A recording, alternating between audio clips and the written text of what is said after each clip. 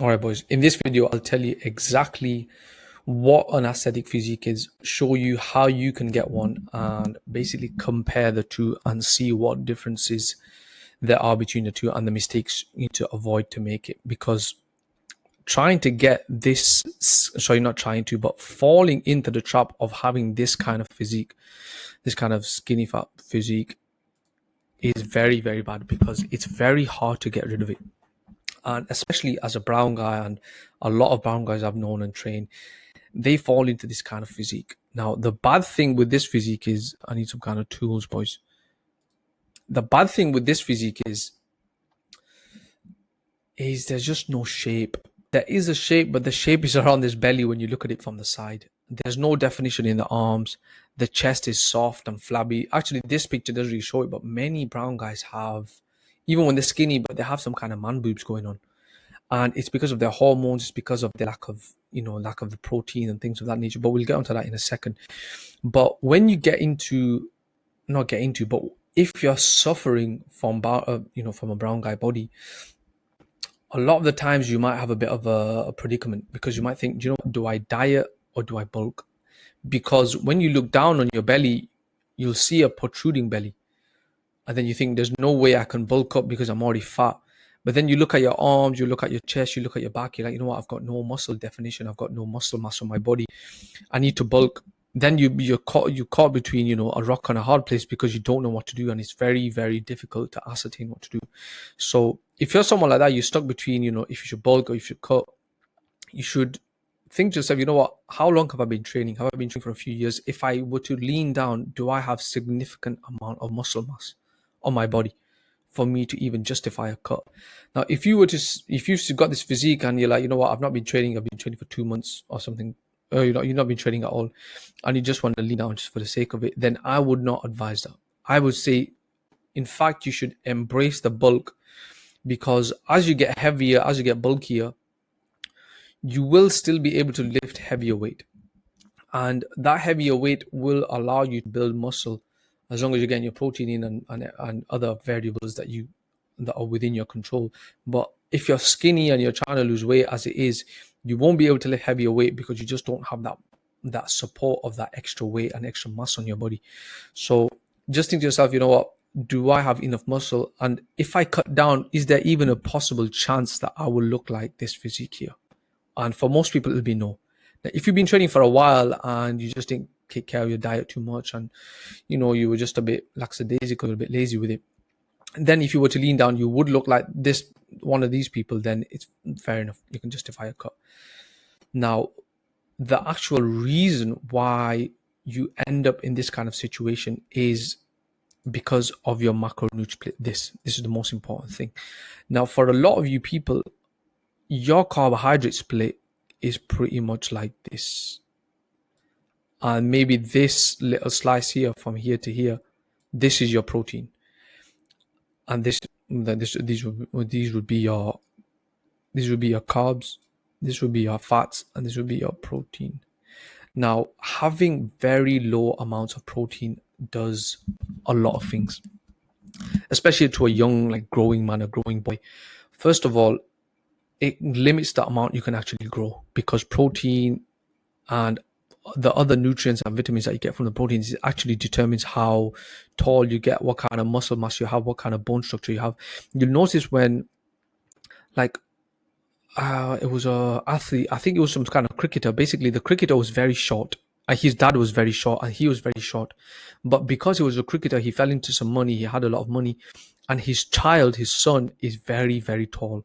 And the thing is, they didn't afford to give him good meat. They didn't give him steak, beef, chicken on a regular basis. Now, if you're someone who that's also one very important thing. It pretty much determines your height. Your genetics do play a part, don't get me wrong, but having a lot of protein in your diet makes sure you fulfill your genetic potential in terms of height. Now, the next thing protein is responsible for is the kind of physique you have. If your whole diet is made up of carbohydrates, like this is like 75% of your diet or whatever, and protein is just responsible for 8% of your diet, then you will inevitably have this kind of physique, because even if you're training, the building block of muscle is not in the picture at all. For you to build muscle, to recover, have a good aesthetic, lean physique, you need to have protein. Now, for South Asians and brown people like myself, there was a bit of a myth in India, in Pakistan, in Sri Lanka, in Bangladesh back in the day where basically they were taught that protein is bad for you, it's bad for the kidneys. Now we know it's not true whatsoever, and protein is very, very responsible for a lot of functions in the body. But that's only been debunked recently. A lot of people, people like my parents, people, parents of my friends, they kind of still believe that, and they don't really have too much protein. In fact, they're like, you know what, I don't want to have chicken. I've been having chicken a lot. And the whole time they've only been having chicken like 3 times a week. And it's only a small amount of chicken as well. So protein is very, very important, and it will determine what kind of physique you have. Because even if you train, you will get strong, but visually, if I were to look at your physique and you've not been having protein, your physique will not look very good. And that's what happened to me, and that's what I kind of suffered from for a very, very long time. I knew protein was important, but I just did not understand how much protein I need to eat. So if you're thinking, how much protein do I need to eat? You need to have 1 gram of protein per pound of body weight. Actually, it's 0.7 to 1 gram, or you can have 1 gram of protein per centimeter in height. Now, whatever's more acceptable for you, whatever's more repeatable for you, whatever's more sustainable for you, just pick one and stick to it and have that much protein every single day. Now, the next thing, which is a very, very bad thing, and a thing a lot of brown people consume pretty much every single day since they were kids, is seed oils. Now, the seed oils, the hateful eight. Now, over here, there's sunflower oil, soy oil, cottonseed oil, safflower oil, corn oil, rice bran oil, grapeseed oil, canola oil. And in the UK, we have vegetable oil, we have sunflower oil. Oh, we've already got sunflower oil here. Is there rapeseed oil? We have rapeseed oil as well in the UK on a regular thing. I'll tell you a story. I was in the gym. Me and my friend, we were waiting for some squash rackets. So me and him, we went over to the receptionist. I said, come and get the squash rackets. So she went over to get the squash rackets, and imagine there's a cafe as well. So there was something on the counter. It was like a protein bar or something. I think it was a protein bar. Might have been something else. But I said to him, what are the odds there's seed oil in this bar of whatever it was? And he said, nah, this is a gym. They won't have food like that here. And then I said, you know what? That's a good logic. A gym, a health place, a fitness place, they shouldn't, in theory, have seed oils. But I picked the thing up. I looked around, and then at first glance, I saw there was about 6, maybe 7 ingredients. I thought, you know what? You're probably right. It's not got any seed oils. But it actually had 2 seed oils as the first ingredients. And the thing is, when they list the ingredients, it goes from order of the most contents. So say, for example, you've got, like whatever you have. But the first thing is water. That means water is the most. They have the ingredient has water the most, and then say sugar, then it has sugar the most after water, then whatever else it has. So the first ingredients were palm oil and I think rapeseed oil. So the whole thing, like the most prevalent nutrients and ingredients in that protein bar was 2 seed oils. And I just think to myself, what is going on? People in the gym, fitness people, health people, do they even know this? Because I see people regularly buying and shopping at that cafe and getting something post-workout. And the thing is, most of these people don't even know what's going on. So be very, very careful of seed oil. And my mom used to cook in seed oil. I think sometimes she does cook in seed oil if she's being a bit silly. But be wary of all of these seed oils, all of the names I mentioned. And the thing is, it's very, very easy, especially for brown people, to sub out seed oil, because all they need to use is just ghee. Ghee is very, very good. It's very tasty. It's a lot better than any seed oil you can get. Our ancestors have been eating it for basically for centuries, since the beginning of time probably. And ghee is protective of our liver. Brown people's liver is a little bit different in the sense that it's gone through an adaptation, a mutation, because of times of famine and drought back in South Asia. What happened was people's liver adapted in a way where it kind of had a lot more fat compared to, say, white Europeans. They actually did a study on this. I talk about it in my previous video about seed oils. But that genetic adaptation basically helped them survive in times of famine and drought. But in this day and age, pretty much no one has that kind of issue, and they need to adjust their diet accordingly. And ghee is very protective of the liver. And because of that extra fat, which I said around the liver, it's also around the kidneys, and I believe don't think it's the heart, but it's you have extra visceral fat which serves as a protective function. But in this day and age, it's kind of redundant, and we no longer need it. So what we need to do is we need to start having ghee.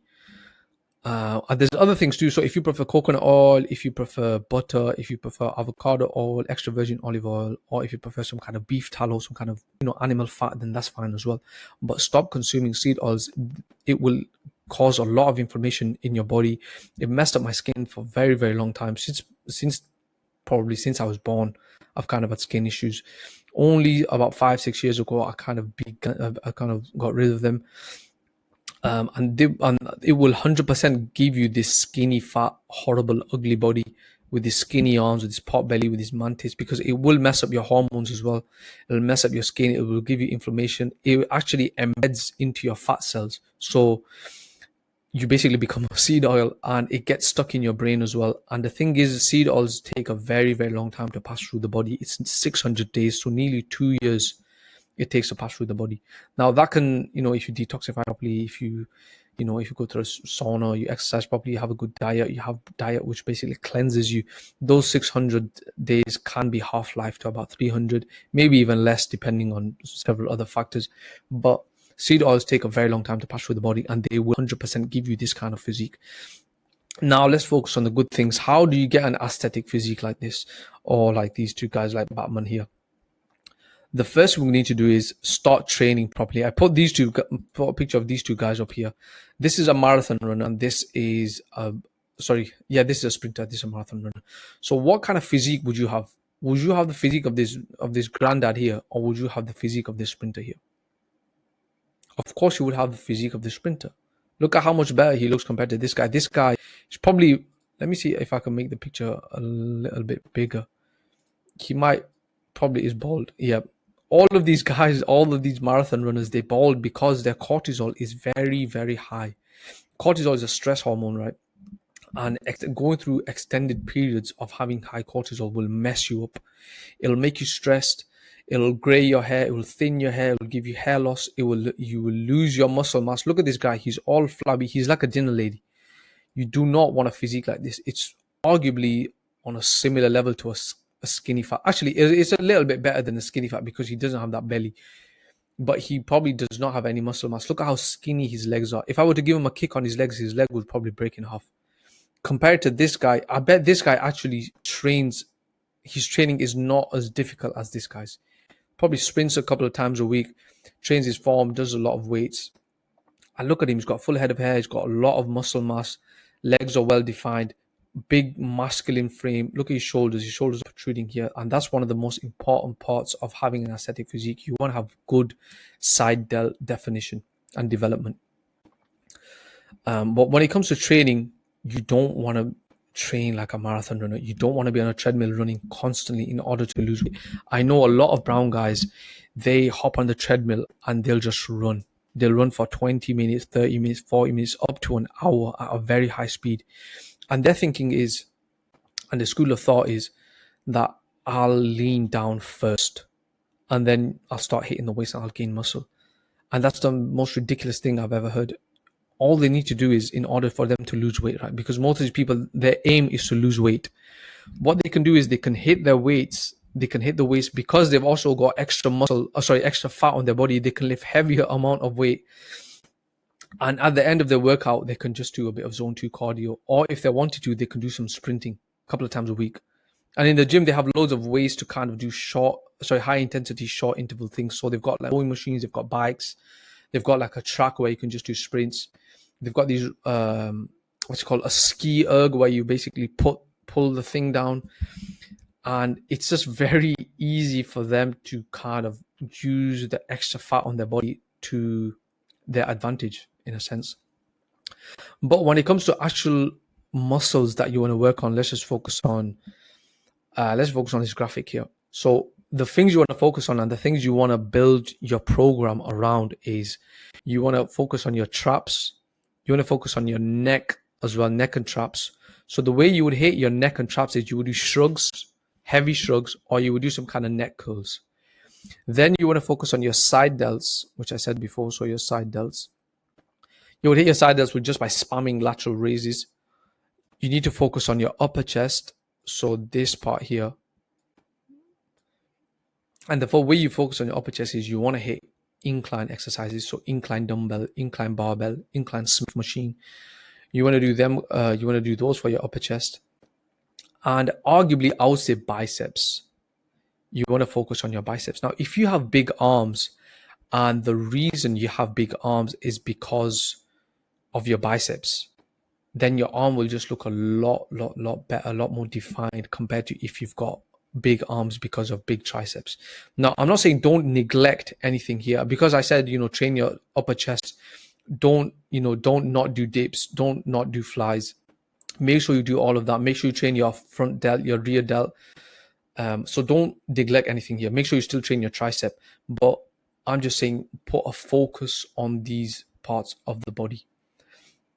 But we have to biceps. So you also want to train your abs as well. For a very long time, I kind of did not train abs. I fell into that thing where people say because you do certain exercises, you already hit your abs. But make sure you hit your abs and don't train your abs differently to other muscles. I fell into that trap. People do, circuits and things like that. Don't do that. Train your abs like how you train everything else. Me personally, I like doing the ab roller, the roller wheel. I'll do about 10 to 12 reps and I'll do 3 sets. For me, I kind of do it on a daily basis. But if you're someone you're trying to put abs into a routine, train your abs twice a week. Had a bit of a what? Train your abs twice a week, and that's it. Train like any other muscle. Training like you're training your upper chest, and that's it. That's how you can get an aesthetic physique. Now, if you look at these guys here, these I'm sure that's Thor and that's Batman. So look at these their physiques. Good upper delt development.